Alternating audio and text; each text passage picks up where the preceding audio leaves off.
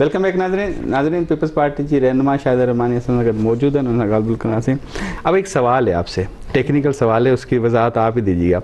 ये जो फवाद साहब कहते हैं कि अगर हमारे बंदों ने वोट दिया वो वोट काउंट नहीं होगा, इसकी क्या हैसियत है? देखिए, फवाद साहब की तो मैं समझती हूँ बातों को ही उनको छोड़ के कानूनी लिया जाए, क्योंकि वो भी अभी ढूंढ रहे होंगे कि कोई और घर में हमें जाना है और वो अपने रास्ते बना रहे होंगे, क्योंकि वो परिंदे जो हमेशा अपने घोंसले बदलते रहते हैं।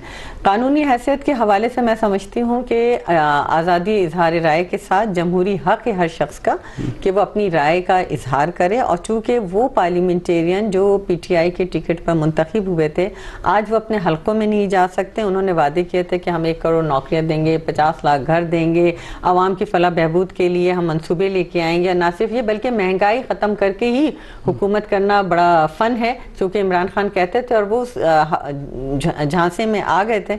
अब वो अपने हलकों में नहीं जा सकते। वहाँ पे उनसे कहा जाता है कि जी आपने तो इतनी महंगाई कर दी, वो आवाम को फेस नहीं कर सकते। कानून में लिखा हुआ है कि कोई हलकों में ना जा सके तो वो अपोजिट वोट दे सकता है। ऐसा नहीं है। देखिए, बात ये कि फॉर एग्जाम्पल कोई भी PTI का MNA आवाम से अगर वोट लेकर आया है और वो वहां पर आवाम को फेस नहीं कर पाए, जो वादे किए थे वो पूरे, इमरान खान की तरह हर शख्स तो नहीं वो हो सकता कि जी वो अपनी बात से यू टर्न ले लो, वो कहे कि जी नहीं आपका हक ही नहीं कि हम आपको नौकरियां दें या आपको हम महंगाई। वो तो कहते हैं महंगाई नहीं, क्योंकि इमरान खान का तो घर ATM से चल रहा है, बनीगारा पूरा ATM के थ्रू चला, उनको तो पता ही नहीं होगा कि क्या चीज कितनी की है। मेरी तरह सादा आवाम सुनना चाहते हैं कि कानूनी हैसियत क्या है। अगर PTI के 10 वोट अगर दे देते हैं तो वो जो बकौल हुकूमत के वो काउंट नहीं होते, फिर तो वो बुरान आ जाएगा ना वापस। ये कौन होते हैं ये फैसला करने वाले कि जी उनके वोट काउंट नहीं होंगे? हर शख्स को ये हक है कि वो अपनी मर्जी से वोट कास्ट करे, कोई जोर जबरदस्ती नहीं। लोग खुद आ रहे हैं, लोग खुद उनकी पार्टीज को छोड़ रहे हैं। आप खुद बताएं कि आज जो अलीम खान ग्रुप बन रहा है, जहांगीर तरीन ग्रुप बन रहा है, क्या पीपल्स पार्टी तो उसको रोल नहीं प्ले कर रही? उनकी अपनी मर्जी है। तो आप किसी को किस तरीके से पाबंद कर सकते हैं? जी आप इजलास में ना आए, ये कोई डिक्टेटरशिप है क्या आप उन्हें रोकेंगे? आप MNAs को नहीं रोक सकते। मतलब पीपल्स पार्टी के साथ जो ज्यादती हुई थी, जफरुल्लाह जमाली के वक्त पे 10 पेट्रियार्ट बन गए थे, फैसल साली हयात साहब, जिसके पीपल्स पार्टी ने एहतजाज किया।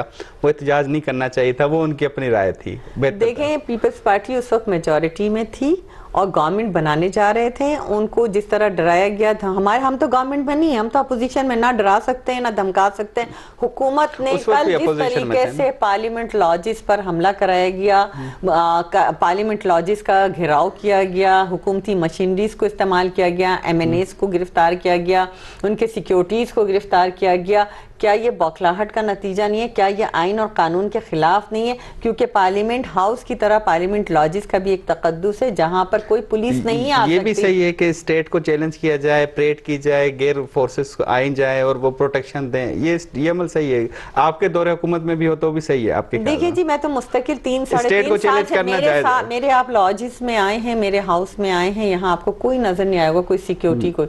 लेकिन मैं 3.5 साल से ये देख रही हूँ कि हमें यहाँ बाहर निकलना अजाब है। यहाँ PTI के नुमाइंदे रहते हैं, मेंबर्स रहते हैं, उनके पास 10-10 गार्ड हैं, वो विद वेपन्स होते हैं प्राइवेट। हमने कई मरतबे स्पीकर डिप्टी स्पीकर को शिकायत भी की कि हमारा निकलना मुश्किल है, फैमिलीज होती हैं, लेकिन कोई नोटिस नहीं लिया गया। लेकिन अब जबकि इस वक्त नो कॉन्फिडेंस के मोशन मूव हुआ है, उस वक्त आपने इस तरह डराना धमकाना 3.5 साल में, जब यही हुकूमत तो कहती थी पहल तो अंसारुल इस्लाम वालों ने परेड की ना बाहर लॉजिस के, वो शो किया है कि हम एक स्टेट हैं। आप उनको रोक सकते थे, आप उनको मना कर सकते थे, लेकिन कोई MNA अगर किसी को यहाँ लेके आता है लॉजिस में तो ये उसकी जिम्मेदारी होती है लॉ एंड ऑर्डर खराब करने। एक MNA की एक हैसियत होती है, उसके प्रिविलेज होते हैं कि वो जिसको लाएगा, अगर वो लेकर आया तो इदारों ने इसकी इजाजत दी कि MNA की जिम्मेदारी है, लेकिन उसको सिर्फ बेस बना के ऑपरेशन करना, इसकी में ये इंतहाई काबिल मज़म्मत है।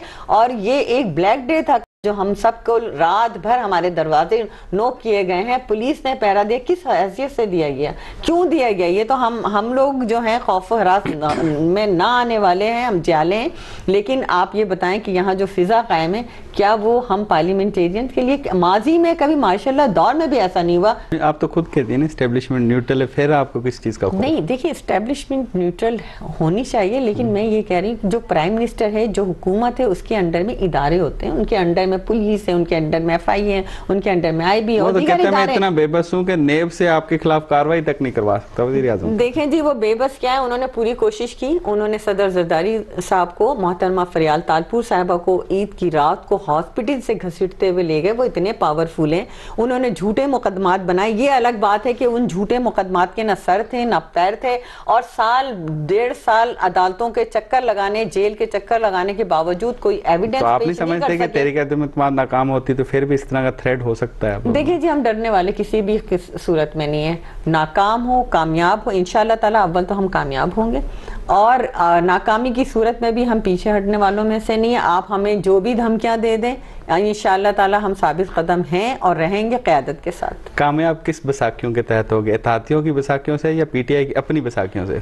देखिए जी, ये तो आपको वक्त पे पता चलेगा कि हम किस तरह कामयाब होंगे, चूँकि पाकिस्तान के अवाम इनको रिजेक्ट कर चुके हैं, मुंतखब नुमाइंदे इनको रिजेक्ट कर चुके हैं, और यही वजह है कि इस वक्त इमरान खान पागलपन का शिकार हो चुके हैं। अगर PTI के अपने वोट आपको पड़ते हैं तो आईनी बहरान नहीं पैदा हो जाएगा जिसका मैंने जिक्र किया?